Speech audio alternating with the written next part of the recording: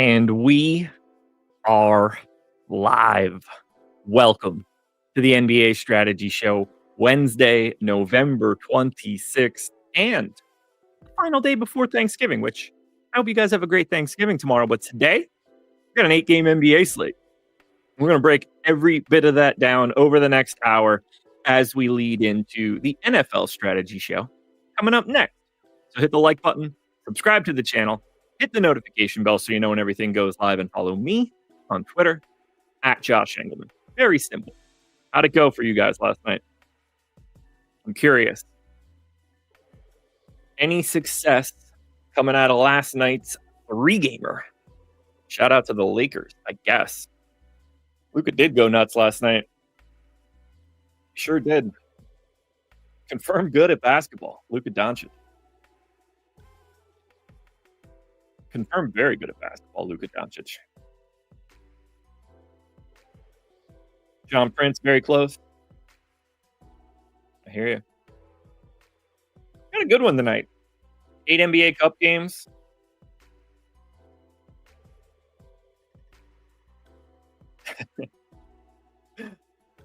Stephen Leibowitz is on coffee number 2 instead of 1. No love for his lineups last night. New day. I get you. Yeah, Magic really turned up the dial on the Sixers there. I'm excited for the Magic. I hope they get right by the end of the year.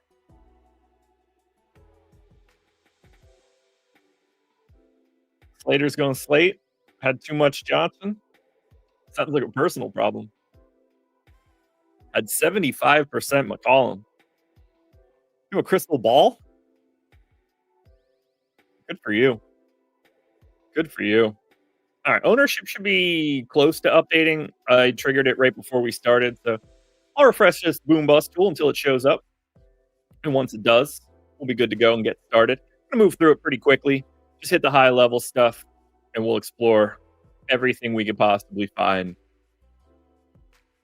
How about those Wizards? For real. Look, I mean, I said it yesterday on the show. You know, they're going to win like, whatever, 15, 20 games. Figuring out which ones you should be on for those is probably a good thing.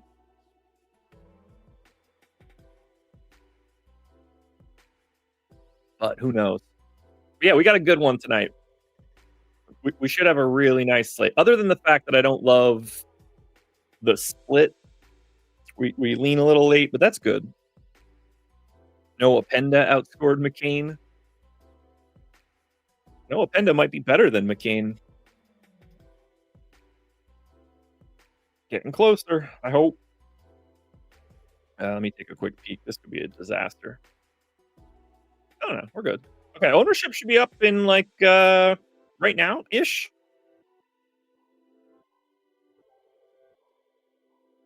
Dangerously close. Dangerously close. Yeah, Steven, that's always weird. It's those balances between sites always make you feel weird.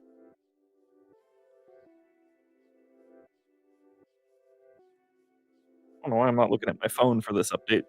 I don't know. Because it's not in here? There it is. Found it. Have we hit yet?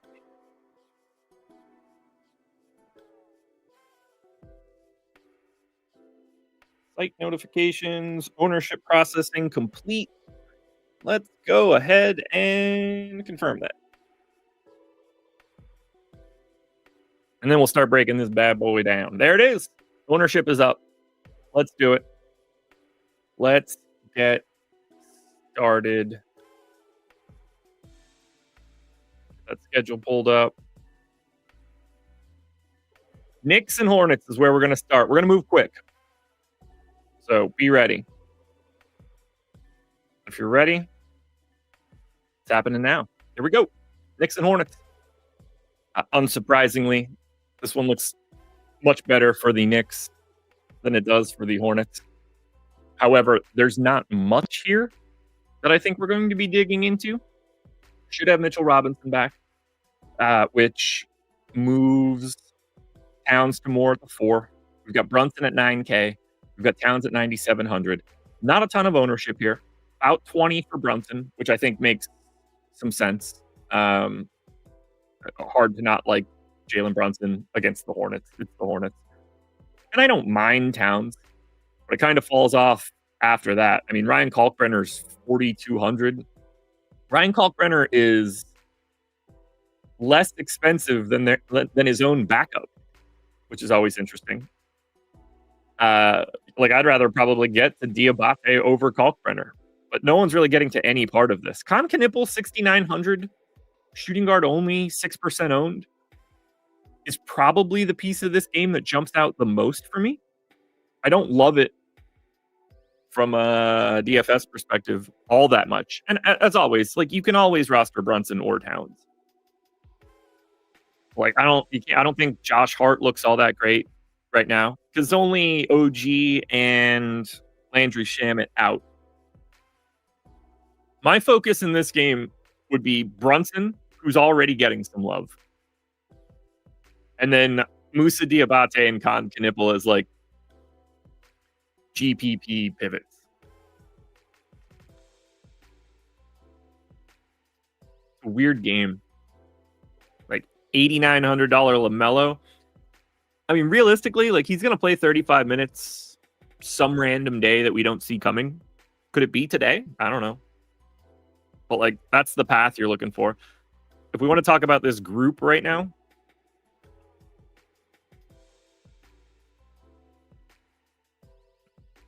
Knicks are 1-1. Hornets are already out. Obviously, Knicks need this one, and then they'll likely be playing for the group next week against Milwaukee. Because they've already got the win against the Heat. So as long as the Knicks win out in the group, they will win the group. I feel like I'm getting kicked in the balls because I took the Bulls to win the group. They beat the Knicks in the first game. The whole reason I took this was like, all right, they got an advantageous home game here. They play Charlotte on the road, but they dumped it to Milwaukee and Miami. So didn't get me anywhere. Very annoying. All right, let's take a peek quickly at the FanDuel side. I don't have a ton of time to hit both sites like aggressively today, but Knicks and Charlotte, and it's the same story on FanDuel as it is on DraftKings. A little bit of love coming to Miles McBride because it's 9 o'clock in the morning and we don't have any other value. And then it's Brunson and Towns both at 10%. But right from the jump, we're seeing a game that's like not super popular. 238 total is, but Knicks are 6.5 point favorites in this spot. Next up is Milwaukee and the Heat. Now, this one we just sort of talked about, but Milwaukee's 2-0, Miami's 2-1. Whichever team wins this game, if Miami loses, they're going to be out, even with an awesome point differential. If they win, the Knicks could still win the group, but Miami would likely go through because of point differential. So Miami desperately needs this. If the Bucks lose today, that Knicks-Milwaukee game will end up really important. Game 2 is that Bucks and Heat game. So let's hop back over to DraftKings. Milwaukee, New York. Now, this game's a mess. Not Milwaukee, New York. Milwaukee, Miami. There we go. This game's a mess. So, no ownership to anything in this game at all. 22% ownership to Giannis. 24% optimal. He's 11.5. He's power forward only. But he's questionable. We don't even know if he's playing. But if he's in, he's the only interesting thing in this game. Because when Giannis is out, everybody's prices change. And we can sort of see that here. So, like, we've got Q tag on Giannis. Still no KPJ and Taurean Prince, as we know. And then Miami is a mess. So everybody's back, maybe. But we have Q-Tag Wiggins, Q-Tag Hawkes, Q-Tag Jovic, Q-Tag Drew Smith. Could something look good here by the time we get to lock? Absolutely. That wouldn't be crazy at all. But the most likely scenario is that nothing really looks all that great from Miami because these guys are all a little overpriced from when people were out. And then if Giannis plays, he's the only guy we like legitimately try to get to. The only thing I would say in this spot is that I still think $7,800 Bam Adebayo is underpriced. Otherwise, I don't see anything. But it all depends on who's in and who's out. Like, where looks different if Jovic is in versus out? All of these guys look, I mean, to a degree, like your Wiggins, your Hero, your Bam, like they're going to play whatever they can play, but this is a game where it's Giannis or nothing, and it might not even be Giannis.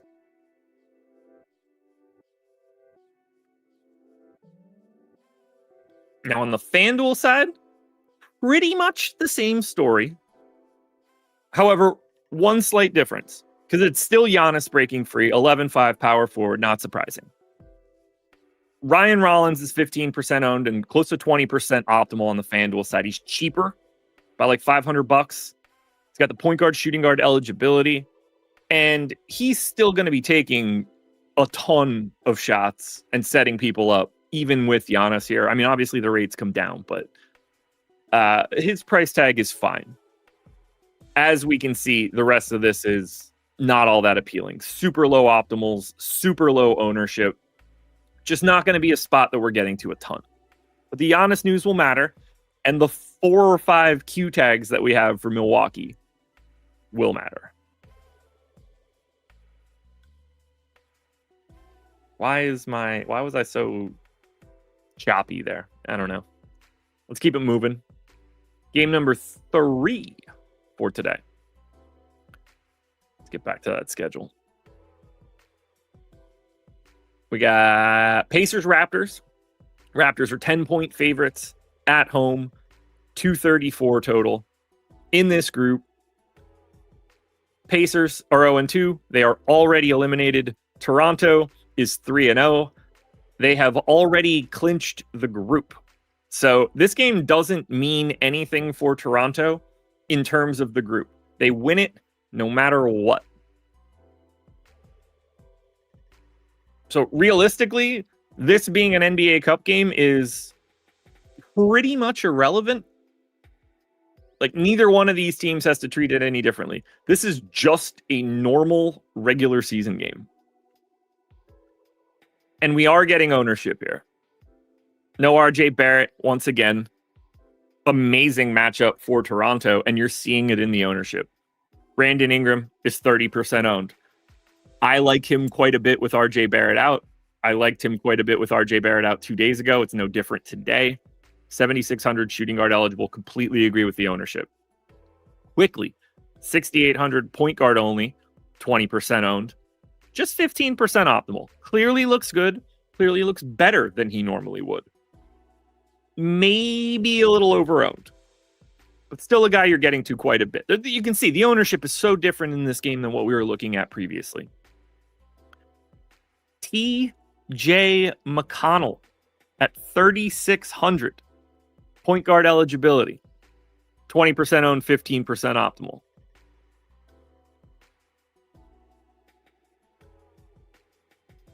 Scotty Barnes is 15% owned. Isaiah Jackson's 15% owned. Jamal Shed is close to 15% owned, 3,800. Somebody like Shed and even McConnell to a degree, that's just going to come down as the day goes on and like we get real value. It's just a testament of like the Q tags that we have for today. Jakob Poeltl at 5,600, I think is kind of sneaky. And then we haven't even mentioned like real dudes in this game. Andrew Nembhard, Pascal Siakam, Benedict Mathurin. None of those guys are really getting any ownership. If I'm picking one in that group, That Siakam price tag's starting to come back down. He's 8,800 now, power forward. I don't know how far that's going to fall when everybody's in, but he's starting to get back to a more realistic price tag. I just wish that this game carried any weight to either one of these teams, because that would be helpful. But I love BI here. I think he's just the dude in these situations. He's going to get shots up. Now, he's live to have like a 35-1-1 line. It's kind of like the tall, skinny Anthony Simons. But, you know. Indy and Toronto on FanDuel. Mildly different. Not as much volume from the ownership side, but similar ownership.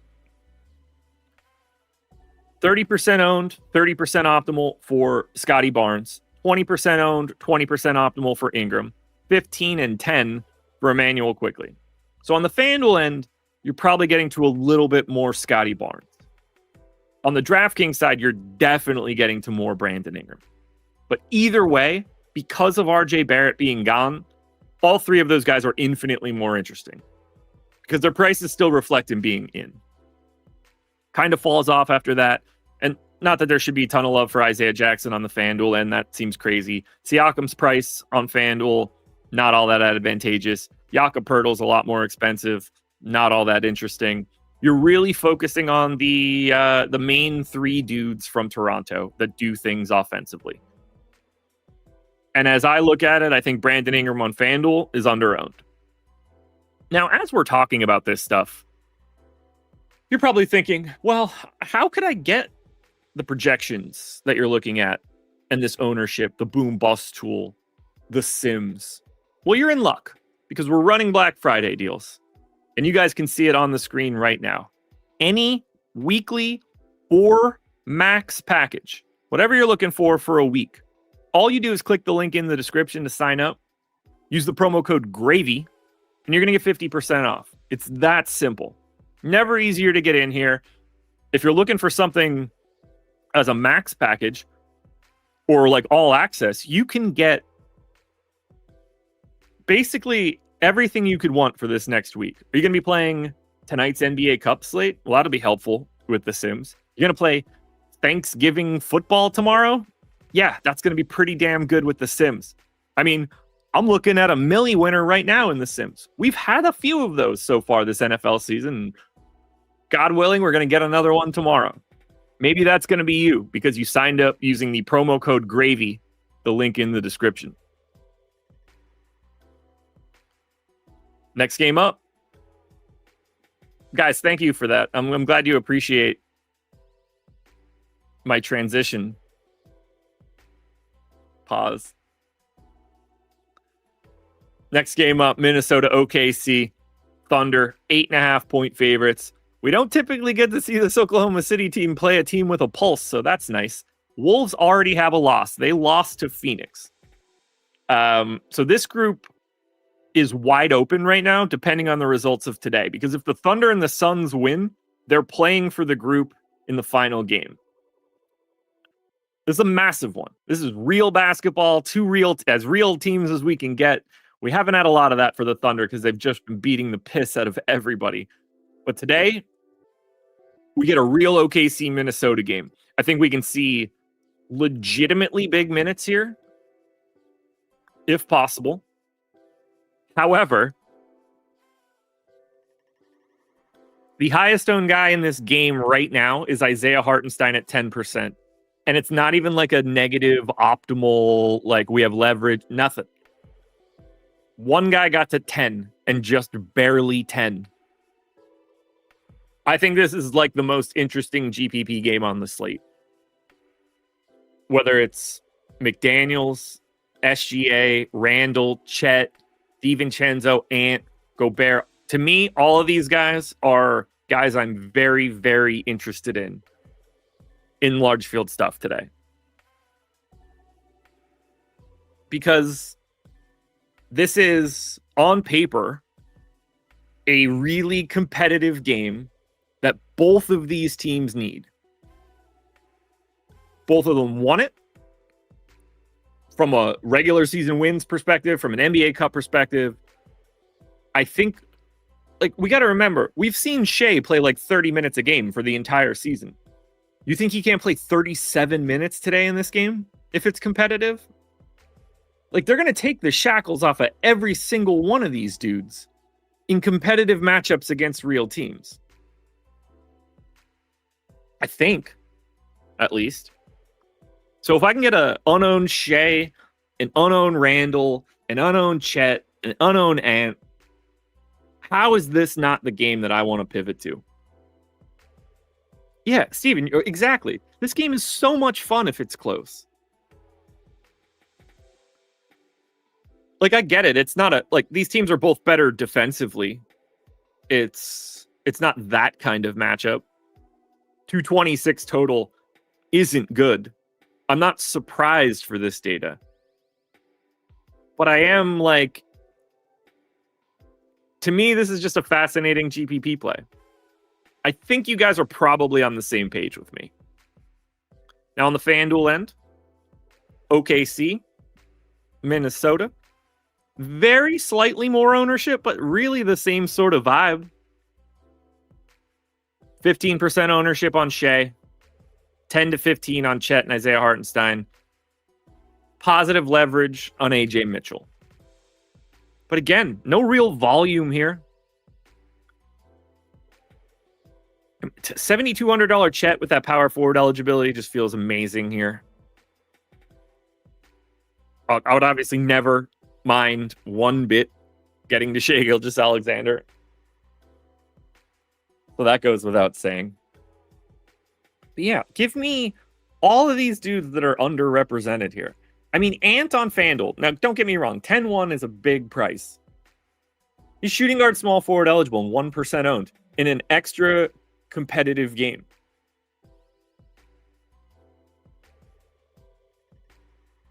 No.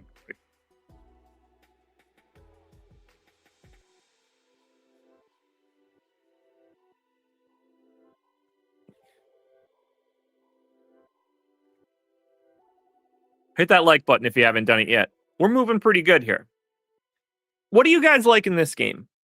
Since this is sort of like my talking point right now. I want to chat. I want to know what you guys are thinking here. Are you feeling the same way?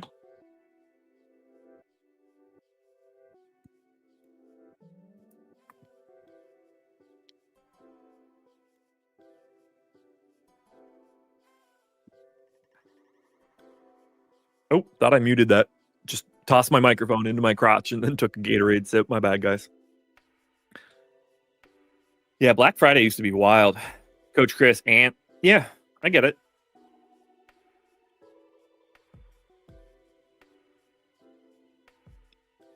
I get that. Let's keep the train moving. Vic, I always ride with your takes. Can't say I blame you, Vic. Appreciate you being here, man. Next game up on the list. Memphis and New Orleans. 1.5 point line, 235 total. What is this steaming turd going to look like? New Orleans in, Memphis in. NBA Cup standings. New Orleans already clearly eliminated. Memphis still alive. They can still make this. They're not going to, but realistically they could. But in theory, these teams are just eliminated already. You never know what we're going to get from an in-out perspective here. Memphis is pretty permanently like a different team every night. New Orleans is not much better.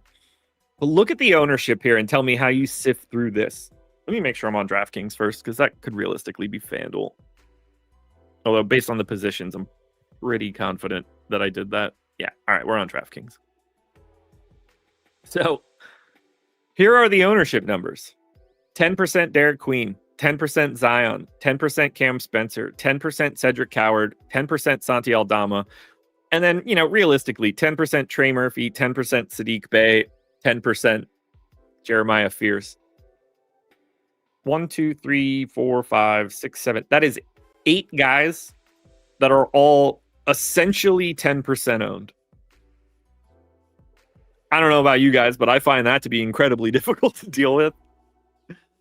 As I look at it, the appeal to me would be Cedric Coward ever so slightly because of small forward.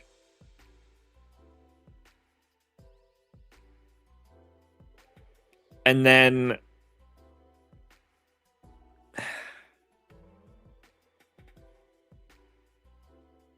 part of me wants to get to the Derek Queen experience today with the hope that the aberration from the last game will be like stuck in people's minds. But I really don't like the Zion Derek Queen fit. Like, they don't play the same, but they play the same in that they both kind of just want the ball in their hands to create. And I think that's a giant negative. Realistically, $4,100 Eve Misi is probably sneaky today.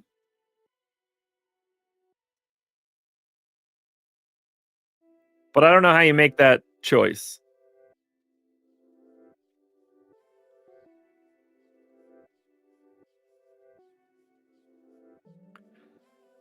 Yeah, like, I don't...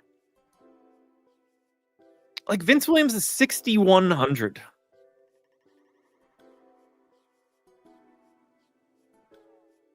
You know? That's too much for him, given his minutes. Vic likes Landale. Depends on if Edie plays. Right now, Zach Edey questionable. If there's no Edie, I have no problem there. See, this is what's happening. Look at the chat. I like Landale. Do you like Bay, Williams, Fears? This is exactly what the ownership looks like. Exactly the responses that I'm getting to in chat are the same as the ownership. Everybody's got their own 10%er. That's a tricky game, man. What does it look like on the FanDuel side? We get New Orleans. We get Memphis. Pretty much the same thing.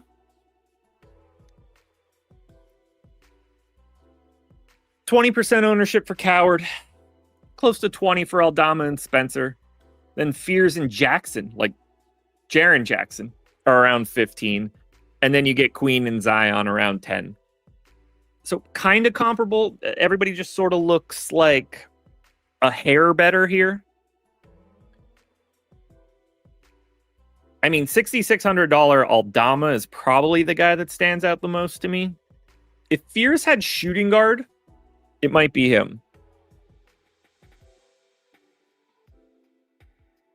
And then I think, even though the ownership is comparable, I think Derek Queen's just easier to play on FanDuel because he's got the power forward eligibility.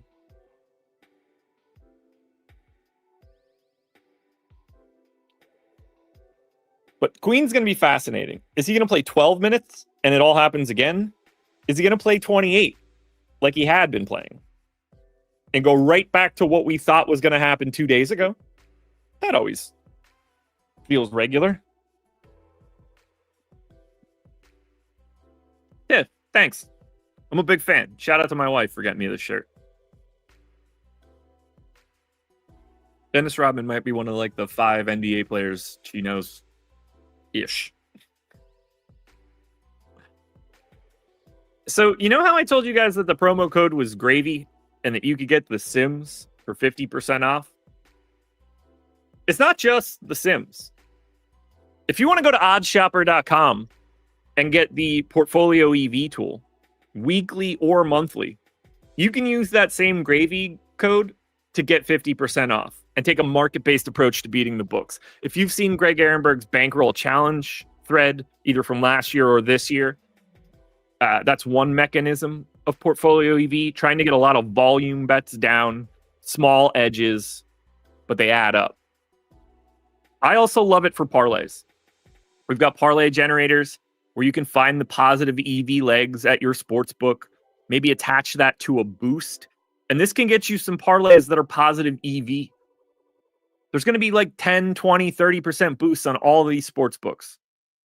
Why not put together a nice little lotto, throw a boost on it, guarantee that you've got yourself something in that positive EV realm. And if you're going to be taking those shots, you can make it a little bit better. So the promo code's gravy. This link also in the description. But whether you're signing up at OddsShopper or for The Sims, it's the same promo code. It's the same percentage off. You're getting 50% off the promo code gravy.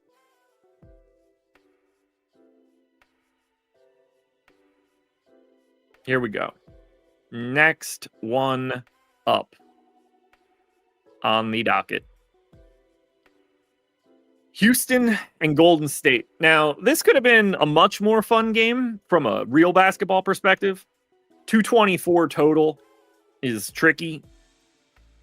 For Houston, we are without Kevin Durant, Steven Adams, and Tari Eason, obviously, and more guys, but they've been out. But no Durant, no Adams, no Eason. We're looking at Shepherd, Thompson, Okogie, Jabari, Alperen, Şengün.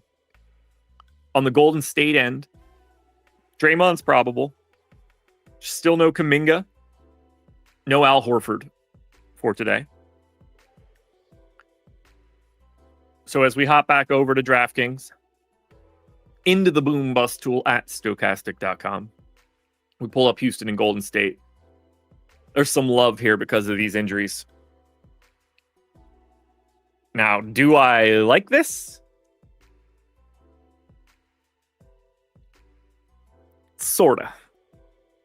Here's where the value is for the slate right now. 3,400.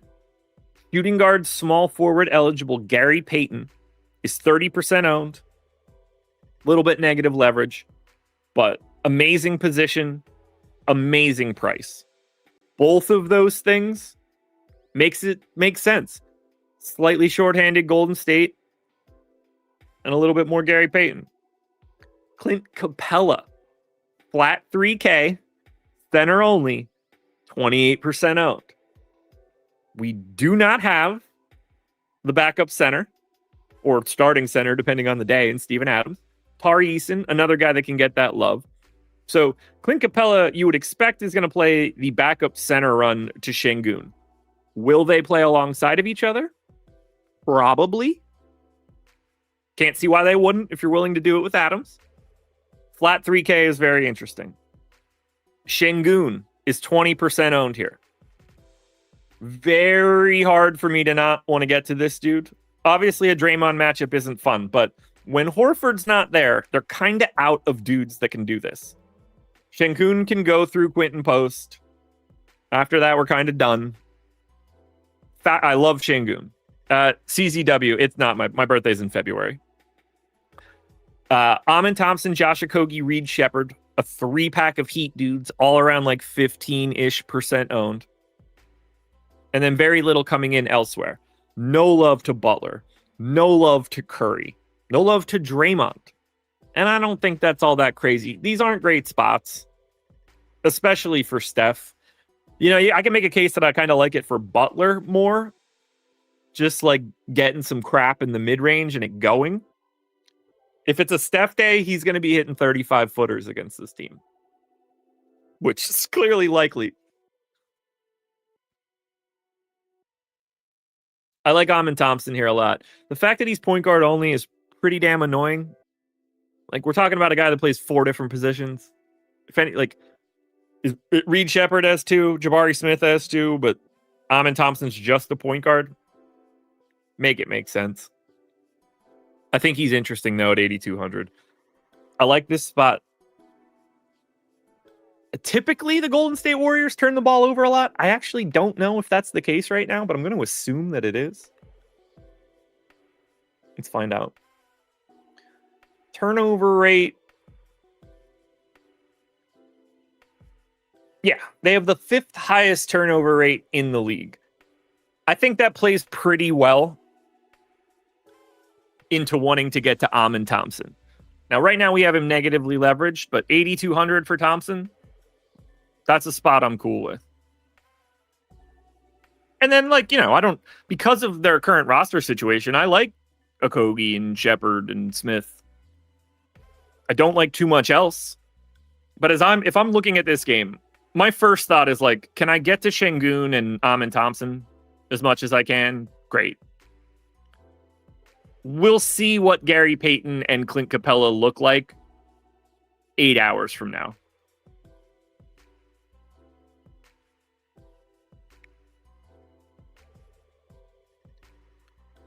Let's look at the FanDuel end.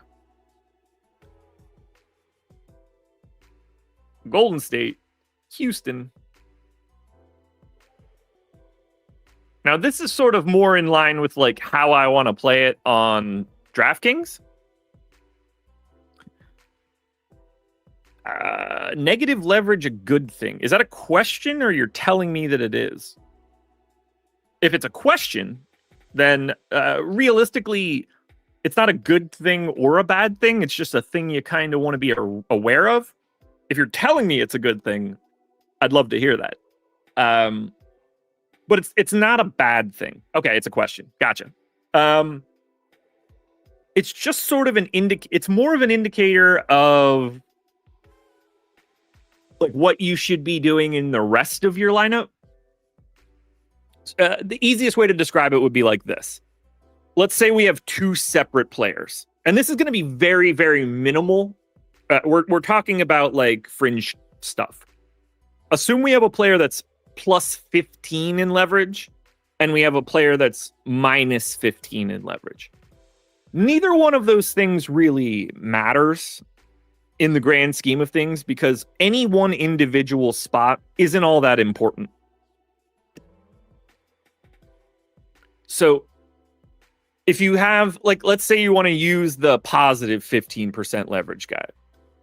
In that lineup, you can probably be a little bit chalkier in the rest of your spots because you're taking the discount there. Similarly, if you've got a guy with like a lot of negative leverage in your lineup, you might want to get a little bit more different elsewhere to offset that. But in a vacuum for one individual player, it doesn't really matter at all. I hope that made some sense. So the FanDuel side looks more like what I'm doing. It's a lot of Amin Thompson, 35% owned. It's a lot of Alperen Şengün, 30% owned. Now we've got Shepard and Okogie at 15. There is no real value on Gary Payton in the same way. He's 7% owned. Clint Capella is $100 above the FanDuel minimum. He's 5% owned. So the value in this game is a completely different conversation between DraftKings and FanDuel. The pay-ups to me are the same. I want Thompson and Şengün. They look better on FanDuel, but the value piece breaks here. So when you're hearing this conversation today about the slate, if you're playing on FanDuel, but you hear a lot about Payton and Capella, remember it's not the same thing. Next one up. 2 to go. San Antonio Spurs, Portland Trailblazers. Big piece for the Spurs today. Still no Castle, still no Wemby. Dylan Harper's questionable. Now, I don't really think it matters for today. Dylan Harper has missed at least 10 games in a row. So I don't think that he's coming back to play much, but it will take a bite out of people's ownership and things. On the Portland side, Shaedon Sharpe is questionable. We still obviously don't have Drew, Thibault, Scoot, but we're waiting on that Q tag for Shaedon Sharpe. He's missed the last 4. Sidi Sissoko has started in his place. I would imagine Shaedon Sharpe starts if he is available. For this game, because this West Group C is nuts. Realistically, everybody is still alive. Golden State is, like, by all accounts dead unless they beat Houston by 1 billion. Portland's 2-1. Spurs are 1-1. Denver is 2-1. Winner of this game is going to be out. If Portland wins, they're still in trouble because of their point differential. Right now, it's setting up really well for Denver. But if Denver's 3-1 and Portland's 3-1, the point differential doesn't matter anymore. Portland will get them because they beat Denver. So there's a lot going on in West Group C. So let's look at Portland and San Antonio in the boom bust stool. And it's not great. It's not great. Close to 15% ownership on a $9,500 Denny Avdia. About 10 for Donovan Clingan. And then nothing else. If Shaden Sharp plays, I do think 7K point guard, shooting guard eligible is like a little sneaky in a GPP.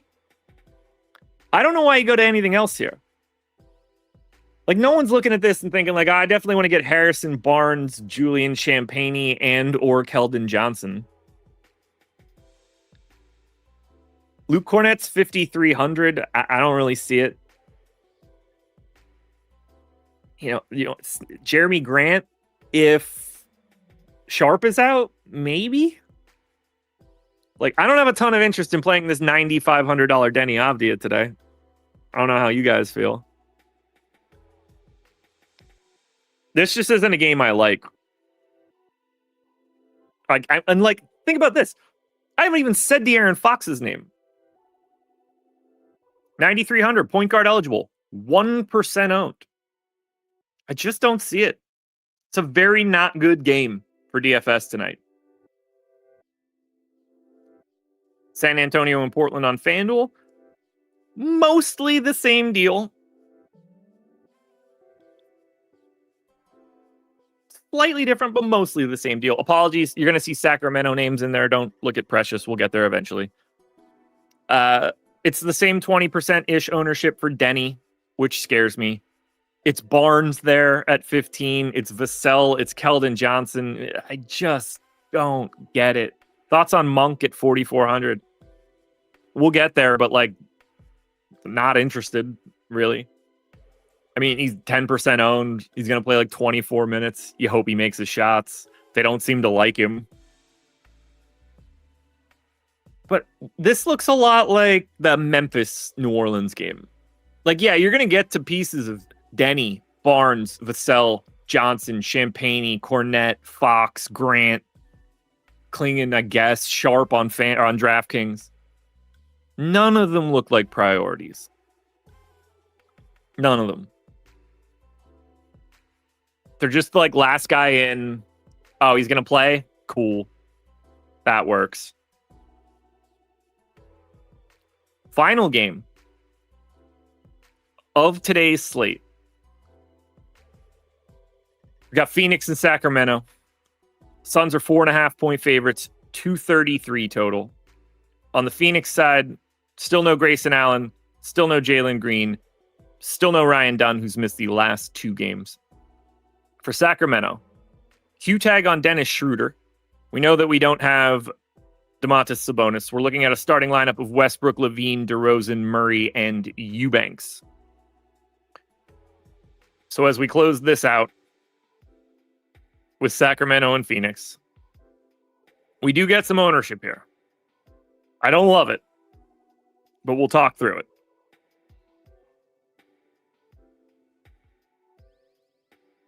So we've got Mark Williams, 25% owned at 5,700. That makes some sense. This is a really nice spot for Mark Williams. The Kings are awful. And while I don't think that Domantas Sabonis is like a good center, he's obviously a next level rebounder. Even though Mark Williams isn't like the best, everything gets better because he gets to face Drew Eubanks instead. $5,400 Jordan Goodwin with all these guys out, guard forward eligibility. I can understand why he's 20% owned. Booker's 20. Royce O'Neal's 20. Colin Gillespie's 15. Monk and Dylan Brooks are both north of 10. Do I like Monk at 4,400? Sure. Like it's not a bad price tag. It's legitimate value. But he's the type of guy that as we get real value, he just blends into everything else. But, 25% boom rate, that's not bad at 4,400. Certainly a guy you can roster. And then, there's at least a little bit of sneak potential on a $4,300 power forward center in Precious Achiuwa.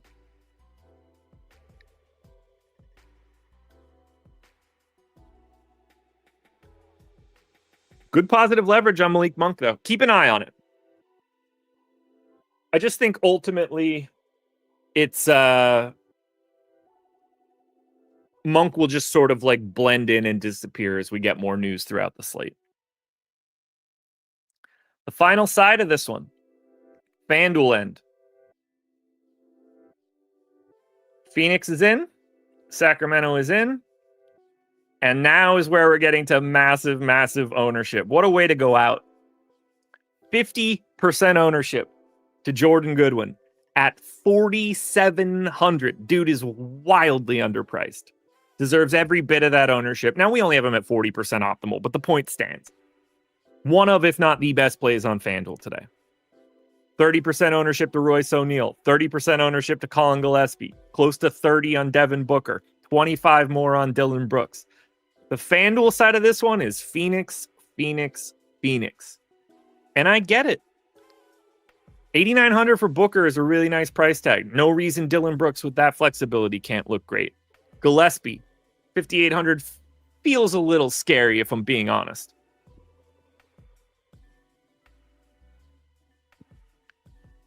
I like Royce O'Neal for the flexibility as well. 4,600 small forward, power forward eligible. $3,800 Precious Achiuwa with positive 10 leverage. Yes, please. Malik Monk, fine on FanDuel. You know what names we haven't been saying? Zach LaVine, Russell Westbrook, DeMar DeRozan, Keegan Murray. Now, if Keegan Murray is just going to keep playing 40 minutes, he's probably interesting.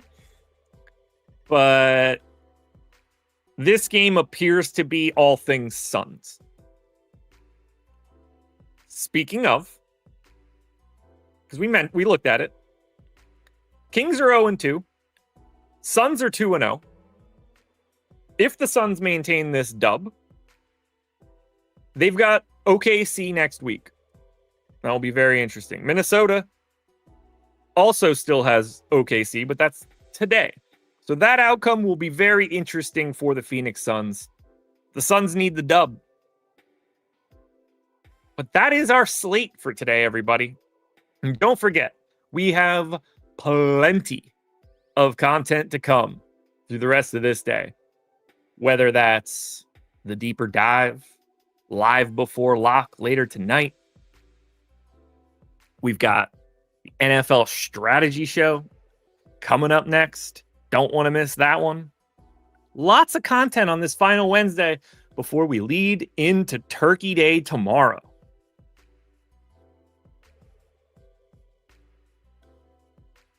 Steven says, do you kind of keep a margin of error in your head around optimal versus ownership? Like within 5% is basically not much to worry about. Yeah. The only guys that I'll really pay attention to are like the out and out extremes. I don't say this because I think like our stuff is inaccurate. That's not what I mean. But like there's clearly some wiggle room on a 28% owned guy and a 24% optimal. Like you could rerun that and it could just be like 26 and 26 just from a sample alone. But look at the ownership for DraftKings today and how flat that is. No one is more than 30. And there's like 25 guys between 15 and 30. This will change dramatically through today as we get news. And I want one more thing before everybody gets out of here, because this doesn't get thought about. But today is the Wednesday before Thanksgiving. This is notoriously the most ridiculous NBA day that you can predict. Like, we're going to get ridiculous days in April and late March. The day before Thanksgiving is typically a spot where you see some things pop up out of nowhere. Watch out for the injury reports at 1:30 and 2:30. I would not be surprised at all to see a bunch of additional names added to those injury reports. We're going to get people out tonight that we're not expecting right now at 9:52 a.m. But lucky for you guys, later tonight at 5 p.m. and then following that at 6 p.m., We'll break every piece of that down on the Deeper Dive and Live Before Lock. Final reminder, if you want to sign up at Stokastic, now is the time to do so. 50% off any weekly core or max package using the promo code GRAVY. Good luck, everybody. I'll see you guys tonight for the Deeper Dive. Adios.